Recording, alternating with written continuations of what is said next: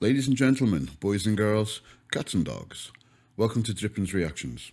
Today, we're going to talk about whether a man should show a woman his emotions. What's his likelihood of being accepted?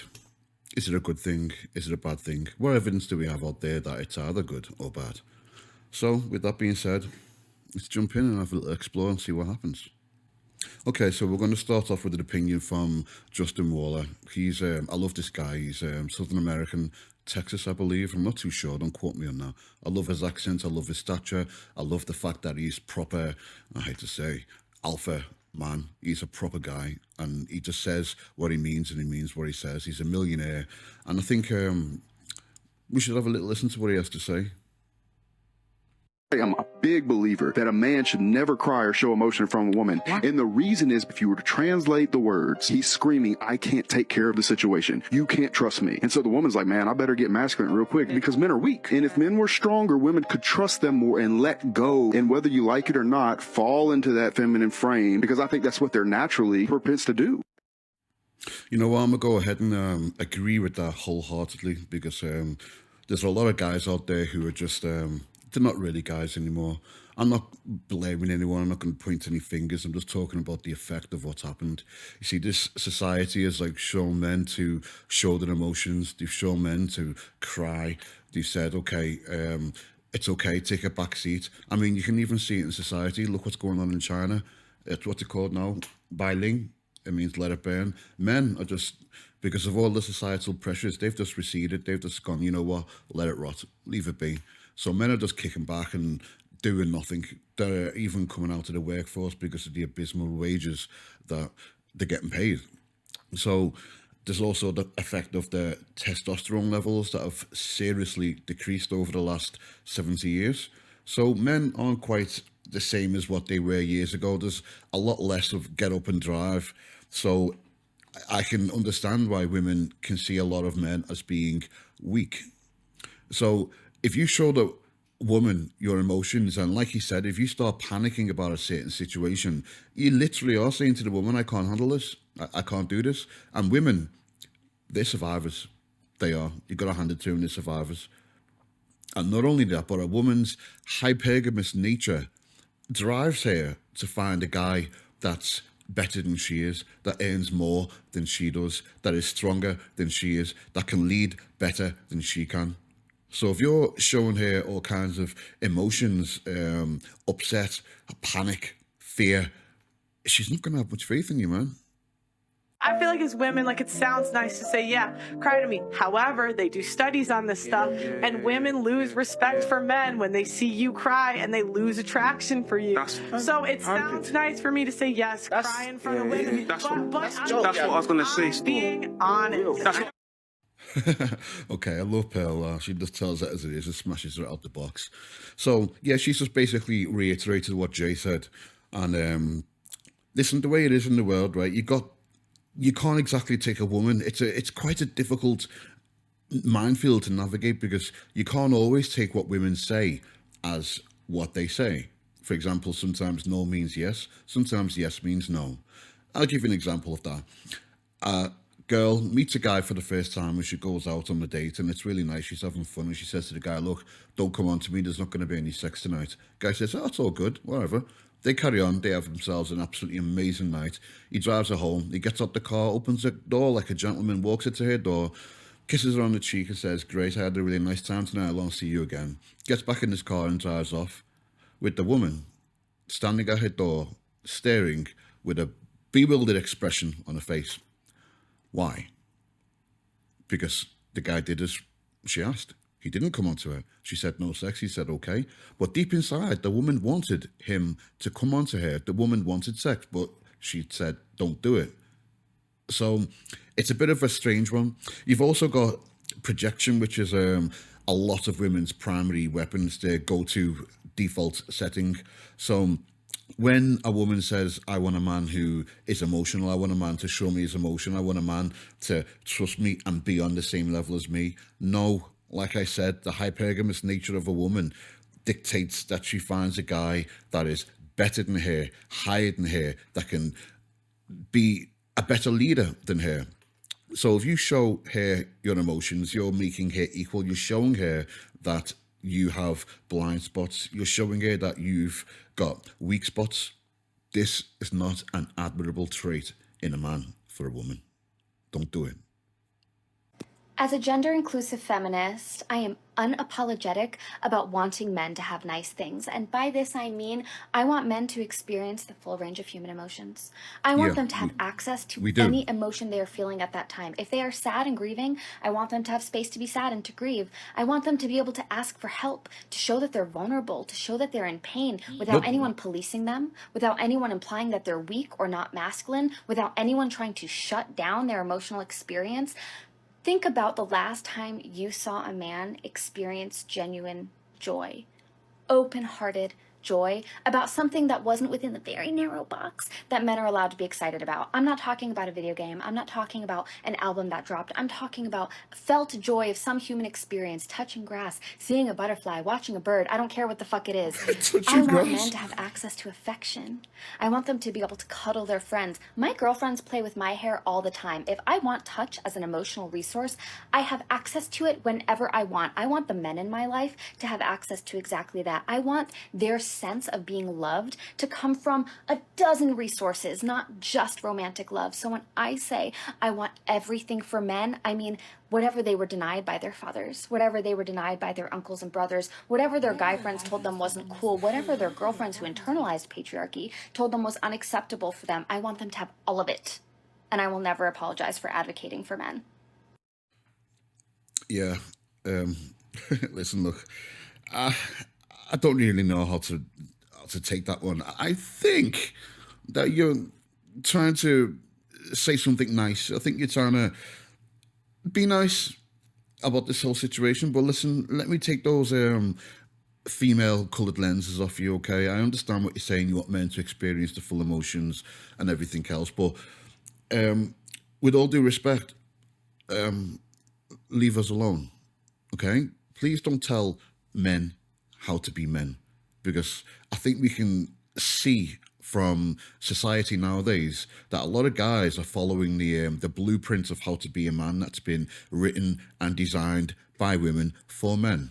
In the 1950s, you had men that got up in the morning, 5 o'clock, went out, shoveled coal, came back, went to work, took care of the houses, was there for their wives. They were good, quality, decent men.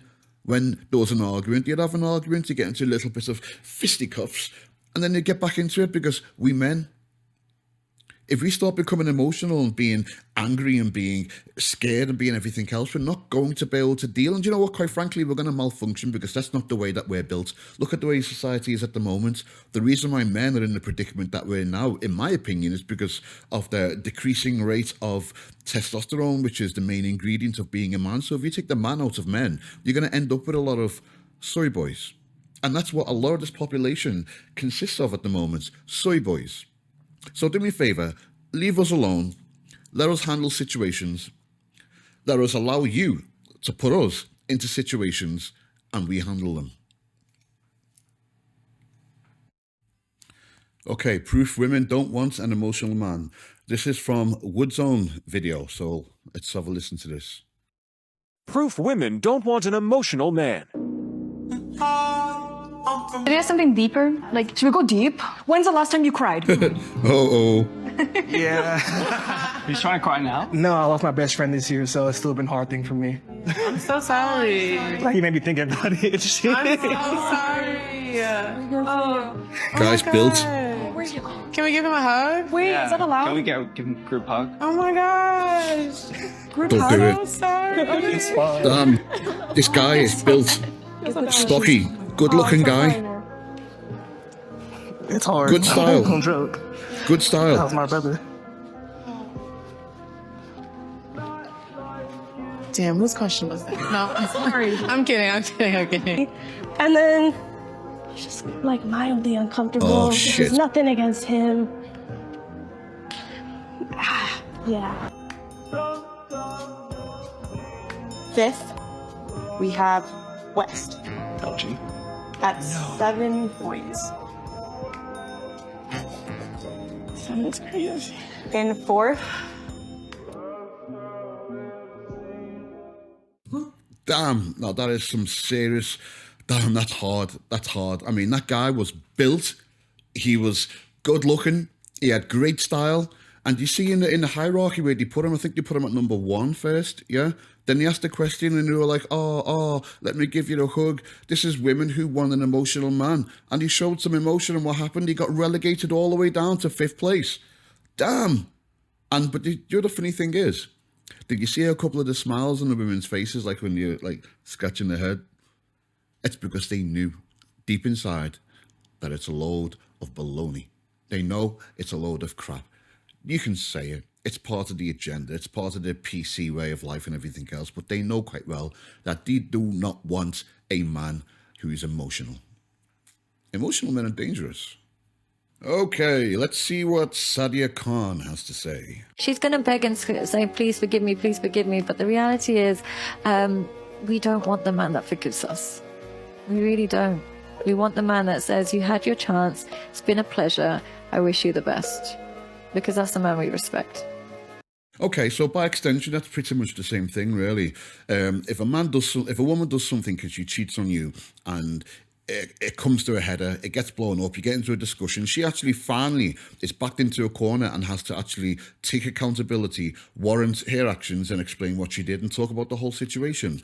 Now, if you take that woman back, what that means is that you're allowing your emotions to overrule your logic, because this is what's going to happen. If you take that woman back, it doesn't matter how much she's cried, it doesn't matter how much she screamed, it doesn't matter how much she promises you. All it means to her was, I succeeded in my quest. My quest was to do what I want and get away with it. Now, unfortunately, this also means that she will do it again. What you've done is you've rewarded bad behavior. You've allowed emotions to cloud your judgment. And in the long run, you're doing this lady a huge disservice too, because you're not teaching her life lessons. You're not allowing her to take accountability. You're shielding her from the consequences of infidelity. Why? Because you're too emotional. Be stoic, my friends. Don't do it. And as Sadia explained, she does not want that. Have you noticed the way you got this saying, nice guys finish last? Have you noticed the way all women are always chasing the top 10% of men? Have you noticed the way all the top 10% of men are quite stoic, they're quite unemotional, they're very logical, they're very successful, and they're very cold, and they're very callous? And women are fighting, falling over themselves to try and retain one of these men, these top 10%. These top 10% who do not show their women emotions. Now, when I say that, what I mean is you are allowed to express joy, happiness, excitement, pretty much the positive emotions. But when it comes to the negative emotions, sadness, frustration, shame, don't do it. You need to put a lid on that and keep it down. So, should a man show his emotions to a woman? Women like men that are in touch with their emotions, not burdened with them. I mean, look, we're all human beings and we have a full range of emotions. What I'm trying to say is feel them. Don't let them make decisions for you. We're man. Man is a creature of logic, and logic is king. Now, I'm not saying be cold and stoic, like your woman falls down and she hurts herself and you just look at her coldly and say, get up. No, that's not being stoic, that's just being an asshole. So when is it okay for a man to cry? Well, there's one word answer for that. No, not never. Death. I believe a man should only cry when somebody dies, family member, close friend, a death. This is not to say that you cannot cry. What I'm simply saying is, should you want to cry, if you decide to cry, when you need to cry, do it privately, do it alone, do it in the company of very, very close men, friends. You see, women want you to be a rock, an impenetrable shield. For a woman to love you is to respect you. If she sees you cry, she loses respect for you, and the love will soon follow.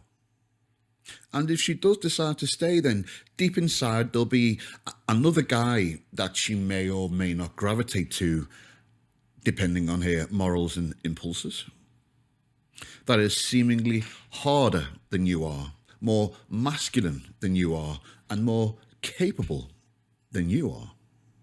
Why? Because she hasn't seen him cry.